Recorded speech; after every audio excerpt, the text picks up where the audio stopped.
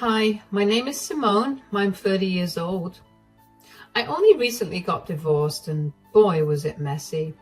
Allow me to tell you all about it. I met my ex-husband Nick at my best friend's wedding 8 years ago. I remember it was a sunny day and everything was perfect. I was feeling a bit lonely because everyone else had dates. But then I saw Nick. He was standing by the punch bowl looking confident and happy. He had this big smile that made me feel warm inside.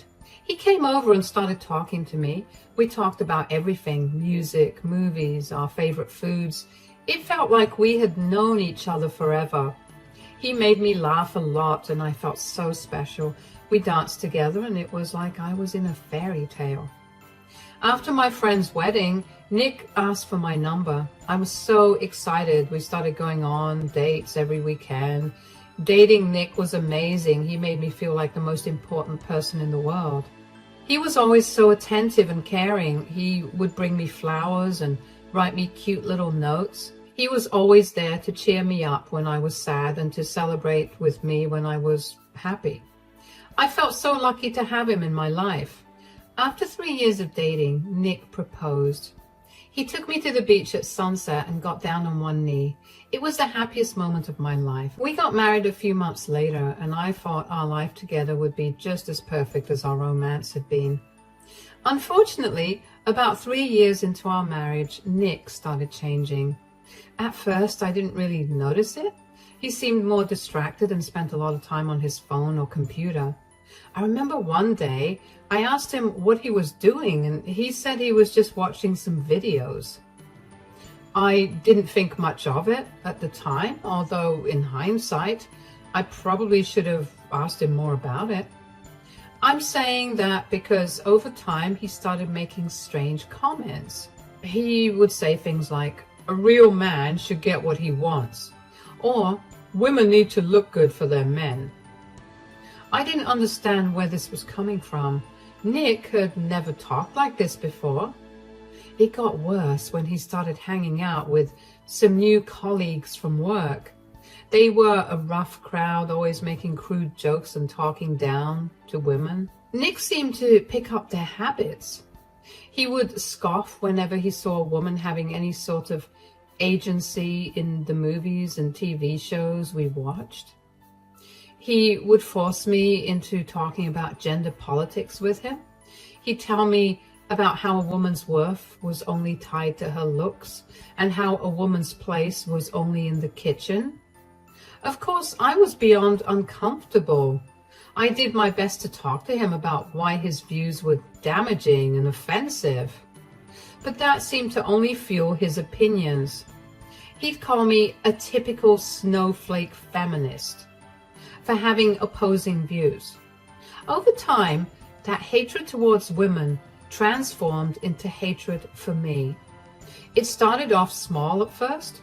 He started coming home late and would be in a bad mood. He wouldn't even acknowledge me when he got back home, let alone talk to me. We went from talking every day to only speaking when absolutely necessary. It hurt like crazy to go through that because I was literally blindsided by this huge change in Nick. I didn't say anything because I chalked it up to him having trouble with work and let it go. I mean, whenever I tried to talk to him about his behavior, he would shut down, which is why I never pushed it. But his behavior only got worse over time. One particular day, Nick seemed like he was in an even worse mood than usual. I decided to try and talk to him again just to figure out what was going on, not only with him, but also between us. "How was work, sweetie?" "What is it now, Simone? I had a long day." I didn't say anything. I was only asking you how your day was. "Quit acting. I can tell you have something you want to talk about. You have that annoying look on your face." I've noticed you've been coming home late a lot lately, and when you do, you seem upset. Is everything okay?" "So now you're keeping tabs on me, huh? You're being really annoying, you know that?" "I'm just worried about you. You used to tell me about your day and you used to greet me with hugs and kisses. Now it feels like you're shutting me out. Maybe I don't feel like talking to you anymore. Maybe I have better things to do than listen to your nagging. I'm sorry if I'm bothering you. I just miss how things used to be between us. Yeah, well, maybe you should try being more interesting then. Maybe then I'd want to spend time with you. I don't understand why you're being so mean. What happened to us? You know what your problem is. You're too sensitive, always looking for problems where there aren't any. Maybe if you weren't so emotional all the time, I wouldn't need to stay out late just to get away from you. I'm sorry you feel that way. I just want us to be happy again. Happiness? You think I'm responsible for your happiness? Grow up. No one's responsible for anyone else's feelings. I see. Well, I'll leave you alone then. Let me know when you're ready to talk. Yeah, whatever. I felt horrible. I didn't understand why Nick had to be so rude to me. I couldn't help but feel I did something bad to him. No matter how hard I tried to think of what I did, I couldn't come up with anything. I did everything he expected out of me, like cooking and cleaning while juggling a job. Eventually, he began insulting and belittling me at every chance he got. I was too shocked to comprehend what was going on, so I didn't say much. Nick's insults became a regular part of our life together. He was always criticizing my looks. He would tell me I looked frumpy or that my clothes were ugly. No matter what I wore, he had something mean to say. Once, when I wore my favorite dress, he said I looked fat and ridiculous. Another time, he told me I should try harder to be attractive like other women he saw. He didn't just stop at my clothes. He also made hurtful comments about my weight. He'd point out women who were thinner and say I should look like them. It hurt so much. And I started feeling really bad about myself. Even when I tried to eat healthier or work out, he would still find something wrong with me. Nick's insults weren't just about my appearance. He'd say I was annoying or that I wasn't trying hard enough to make him happy. His behavior became really hurtful, especially when it came to other women. He would openly flirt with them, even when I was right there. At parties, he would ignore me and spend the whole time chatting with attractive women. He would laugh loudly at their jokes and compliment them on their looks. Once, at a friend's barbecue, he spent almost the entire evening flirting with a young woman, acting like I didn't exist. It made me feel invisible and unwanted. When we were out in public, he would point out other women and make comments like, "Why can't you look like her?" Or, "She really knows how to dress up." It wasn't just occasional. It happened all the time. Even when we were supposed to be spending time together, like on a date night, his eyes would wander and he would make me feel like I wasn't good enough. I know what you're thinking. Simone, why did you stay with that man and not run away? Well, I had my reasons, and yes, they were stupid in hindsight, but at that time, they were very valid. At first, I stayed because I loved him so much. I remembered how wonderful he used to be when we first met. He was charming, always making me laugh and feel special. I kept hoping that the man I fell in love with would come back. I thought if I tried harder and did everything he wanted, things would get better. Another reason I stayed was because I was afraid of what people would think. We had only been married for a couple of years, and I didn't want people to see our marriage as a failure. I worried about what my friends and family would say. They all thought we were a perfect couple, and I didn't want to disappoint them. I also felt very alone. Nick had isolated me from many of my friends. He would make me feel guilty for spending time with them, saying I should be with him instead.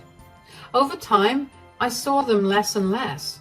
And when I felt sad or needed someone to talk to, there wasn't anyone around. I didn't know how to reach out for help. There was also a part of me that believed his words. Nick's constant criticism made me feel like I wasn't good enough for anyone else.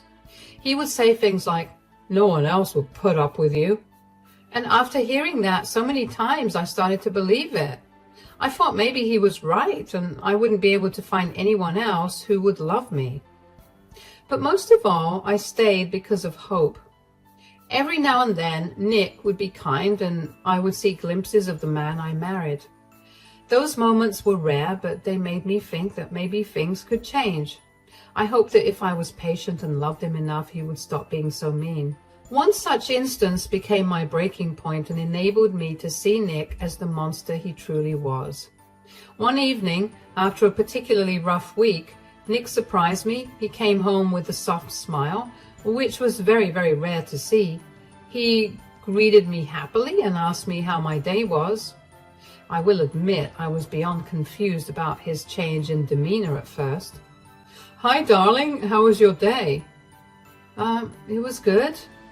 Did you have a good day at work too?" "Not really. I mean, there wasn't anything special about it. Why?" "Well, you seem really happy today, and it's been a while since you were like this." The thing is, I was thinking about things today, and I realized that what we really need is a vacation, just the two of us. We need to get away and rekindle our relationship." "Huh? Really? You think so?" "Of course. I mean, it's been a while since we traveled or just hung out with you and me. I know that this will bring our relationship back to the way it used to be." I will admit that sounds wonderful. I miss the times we used to spend together. Me too. We've been so caught up with work and everything else. I want us to have some quality time, just like before. I'd love that. Where do you think we should go? Maybe somewhere with a beach? Exactly. Now you're thinking just like me. Picture us walking on the beach, dining at cozy restaurants, just enjoying each other's company. It would be perfect. It really would be. It's been so long since we did things like that. But I have a bit of a problem. What do you mean? What's wrong? I have to be honest with you. Work has been slow lately, and I've had some unexpected expenses. Yeah, I know I didn't tell you about them. I only did that because I didn't want to worry you about the expenses. I don't have the money right now to plan this vacation. Oh, I see. But then why would you bring up your idea when you know that you can't afford it? I was thinking, since you've been doing so well at work and you have some savings, maybe you could cover the cost for this trip. I promise I'll make it up to you. This vacation is a way for us to start fresh. I want us to be happy again. It's a lot of money, Nick. I'm not sure if I can afford it all on my own. I know, but I wouldn't ask it if it wasn't important to me. Think of it as an investment in us, in our future together. I want to make things right between us. I do want things to be better between us. Okay, let's do it. I'll figure out the finances. We can make this work. Thank you. You won't regret this, I promise. We're going to have an amazing time together. Of course. We're going to have an amazing time together. That's what we've always done best together. Despite knowing that we didn't really have the money for a vacation, I decided to make it happen. I started saving every penny I could. I cut back on personal expenses and worked extra hours whenever possible. I even dipped into my savings, telling myself it was worth it for the sake of our marriage. I spent weeks planning the perfect vacation. I researched destinations, found the best deals on flights and hotels, and planned activities that I thought we'd both enjoy. I wanted everything to be perfect. I booked a beautiful resort by the beach and arranged for a romantic dinner at a fancy restaurant. I even bought some new clothes, hoping to look nice and impress Nick. The day finally came and I was so excited. I had done everything myself, but I was happy to do it if it meant we could be close again. We arrived at the resort and at first things seemed great. Nick was in a good mood and we spent the first day exploring and enjoying the sun.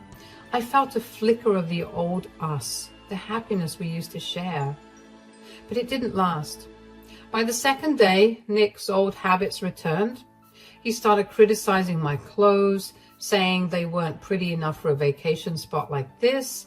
He pointed out other women and said I should try to look more like them. It hurt, but I tried to stay positive because I thought that we were going to slowly work on our relationship.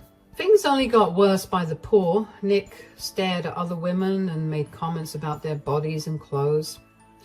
He would loudly ask me why I couldn't look like the attractive women in bikinis. Everyone would stare at me, and I even caught a few people snickering at me. I felt embarrassed and hurt. I couldn't believe he was humiliating me so much at a time when he promised me to be better. But that wasn't all he did. Nick began flirting openly with other women. He'd talk to them, make them laugh, and compliment how they looked. Some of them looked uncomfortable, but Nick didn't seem to care. He kept flirting even when they tried to walk away. It was humiliating. A few women even came up to me and gently warned me about Nick's behavior. They told me that my husband was trying to cheat on me and was making other women uncomfortable. I can't even begin to tell you how ashamed and small I felt. It felt like everyone was watching and judging me. And the worst part was that I wasn't even the one in the wrong. Every time I tried to talk to Nick about it, he ignored me. He'd say I was overreacting and that he was just being friendly. But I knew it was more than that. He was disrespecting me, and it hurt a lot. I felt like I was losing myself, always trying to meet his impossible standards and handle his constant criticism. One evening at the hotel bar, he was flirting with another woman. She looked uncomfortable and kept looking at me. I managed to drag Nick away from the bar and I snapped. "Nick, what in the world do you think you're doing? Why are you flirting with that woman? She looks so uncomfortable." "Oh, come on, you're overreacting, or maybe you're just jealous of all the attention other women are getting. Anyway, I was just being friendly with that lady there." "Friendly? Nick, you bought her drinks and told her which room we were in. You've been flirting with women since we got here. It's embarrassing. And how could you? Do you even care about how this makes me feel? Maybe if you weren't such a bore, I wouldn't have to look elsewhere for some fun. You're always nagging and whining." "That's not fair. Every time I speak, you tell me I'm whining or nagging you. I didn't even say anything the entire time this vacation because I was trying to make this vacation special for us. And even though you treated me like garbage, you have no reason to say that I'm whining or nagging, and you definitely have no reason to flirt with other women. Why are you doing this to us?" Oh, poor Simone, always playing the victim. Maybe if you put in a little effort to look good and be interesting, I wouldn't have to talk to other women. "I can't believe you're saying this. You're my husband. You should respect me, not insult me and flirt with other women right in front of me." "Respect? You haven't earned my respect. You just whine and complain. I need to fulfill my needs somehow since you won't." Oh, wow. How can you be so cruel? I've done everything I can to make you happy. I even paid for this whole vacation with my emergency savings just so we can try and fix things between us. "Yeah, because you felt guilty. Don't act like you're doing me a favor. You should be grateful I even agreed to come." "You literally begged me to go on this vacation. Besides, what do I have to be grateful for? For being humiliated and treated like I don't matter?" "Oh, please stop being so dramatic. If you can't handle it, maybe you should just stay in the room and leave me alone." "Maybe I will. You're a horrible husband and even more horrifying person." "Don't act like you're any better than me, you selfish brat. You'd be the most boring person on this planet without me. You should be grateful that I even look your way." "You know what? I can't do this. I'm not going to stay here and be disrespected any longer." "Fine by me. More fun for me without you around." Nick's words cut through me like a knife. It wasn't just the words themselves, but the cold, indifferent way he said them. It was like he didn't care about me at all, like I was nothing to him. In that moment, I realized our marriage was over. No matter what I did, it would never be good enough for him. He cared more about himself than our relationship. That night, after he went to sleep, I couldn't stop thinking about what he said. I felt so hurt, so worthless. I tossed and turned in bed, trying to make sense of everything. Finally, I made a decision. I quietly got up, packed my bags with shaking hands, and booked a flight back home early the next morning. I didn't want to confront him again. I just needed to get away from him and the pain he was causing me. Leaving was both terrifying and liberating. Only after I sat on the plane did I let myself finally cry about the end of my relationship and marriage. I kept replaying Nick's words in my mind, and each time they cut deeper. I wanted everything that happened in the last year to be one big joke. But even if it was, I knew that no joke was worth making me feel the way I felt. I knew that I couldn't stay with someone who treated me so badly, who made me feel so small and insignificant. I also knew that I couldn't let someone who made me feel that way get away so easily. Once I got back home, I immediately canceled Nick's ticket back home. If he wanted to come back home, he could figure his way back without using my money. I also withdrew all the money from our joint account that I had put in, which was more than half of the entire amount. Whatever was left in there was definitely not enough to buy a plane ticket back home, but it was enough to support him for a good week. I also called the hotel to let them know that I had checked out of the hotel and asked them to transfer the charges to Nick's card. The next thing I did was talk to a divorce attorney and start the filing process for divorce. I also contacted all of our family members and told them all that Nick and I were getting a divorce. I outlined all the reasons for the divorce, and I provided them with the proof that I had gathered over the years. Needless to say, nobody was happy to learn about Nick's true nature. I got a lot of love and support from not only my family, but Nick's as well. Just as I was starting to feel better and at peace, Nick called me. It was a week after I'd come back from the vacation, and even though I knew he would call, I didn't want to pick up. He kept calling me, and eventually I got really annoyed, so I picked the call up. Simone, what in the world's going on? I tried to check my bags in online, but my ticket has been cancelled. The hotel says my card isn't working. They're saying I can't stay here unless I pay now. What did you do? I took out most of the money from our joint account. I cancelled your ticket too. Why would you do that? How am I supposed to get home?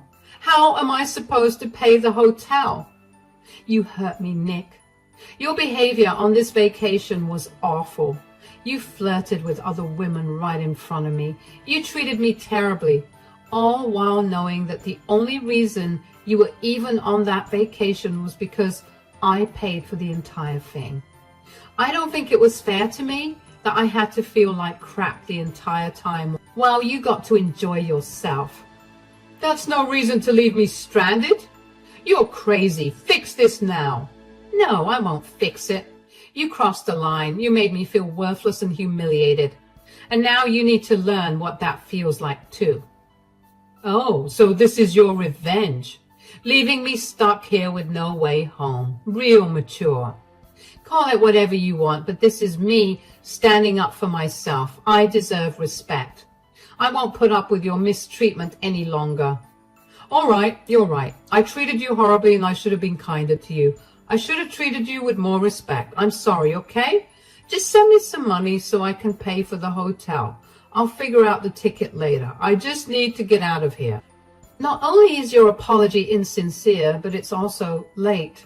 Your apology will not take away all the hurt you've made me feel. I'm not sending you any money. Figure this out yourself. What am I supposed to do now? I'm stuck here. I don't have any money. Luckily for me, that's not my problem. Maybe you should think about how you treat people. Your actions have consequences. Simone, please, just tell me what to do. I can't stay here like this. Find a pretty woman to fulfill this need of yours. Isn't that what you told me? Maybe one of them will help you out. You're heartless. How can you do this to me? Would you look at that? The pot calling the kettle black. What are you even saying? Can you be serious for 1 second of your life? All you ever do is be annoying. How can I not look at other women when you behave like this? Goodbye, Nick. Simone, don't hang up. Simone. Hanging up that phone was the best thing I ever did for myself. A part of me did break a little when Nick apologized, because Nick barely apologized. But Nick's apologies were nothing but hollow sounds to me now. I had heard enough apologies from him that never led to any real change. I knew I couldn't go back to him, not after everything he had put me through. It was empowering to finally stand up for myself, to take control of my own life again. I heard from a mutual friend that Nick struggled to find a way back home. He had to scrape together money from wherever he could. He couldn't contact a lot of his family members because they were all disgusted with his true nature and wanted nothing to do with him. He ended up borrowing from whatever few friends he has left and somehow managed to convince his parents to pay off his hotel bill before they cut off contact with him. He also eventually managed to buy a plane ticket and get back home. This entire ordeal was a stark contrast to how he used to live. Always being in control, always having things his way. This time, he was forced to get on his hands and knees and beg people to help him. People who would have readily helped him out earlier turned their backs on him, all because of his own actions and words. When Nick finally returned to our apartment, he found it empty. I had taken all my belongings and left. It was a difficult decision to make, but I knew I couldn't stay in a place that held so many painful memories. The lease was ending in a week anyway, and I don't want to prolong the inevitable. The divorce proceedings were tough. Nick tried to manipulate and guilt-trip me, as he had done throughout our marriage. He tried to make me feel like I was to blame for everything that went wrong.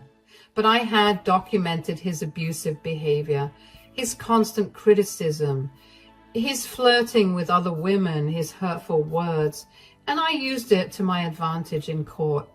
I had support from friends and family who witnessed his behavior firsthand, and with their encouragement, I stayed strong and resolute.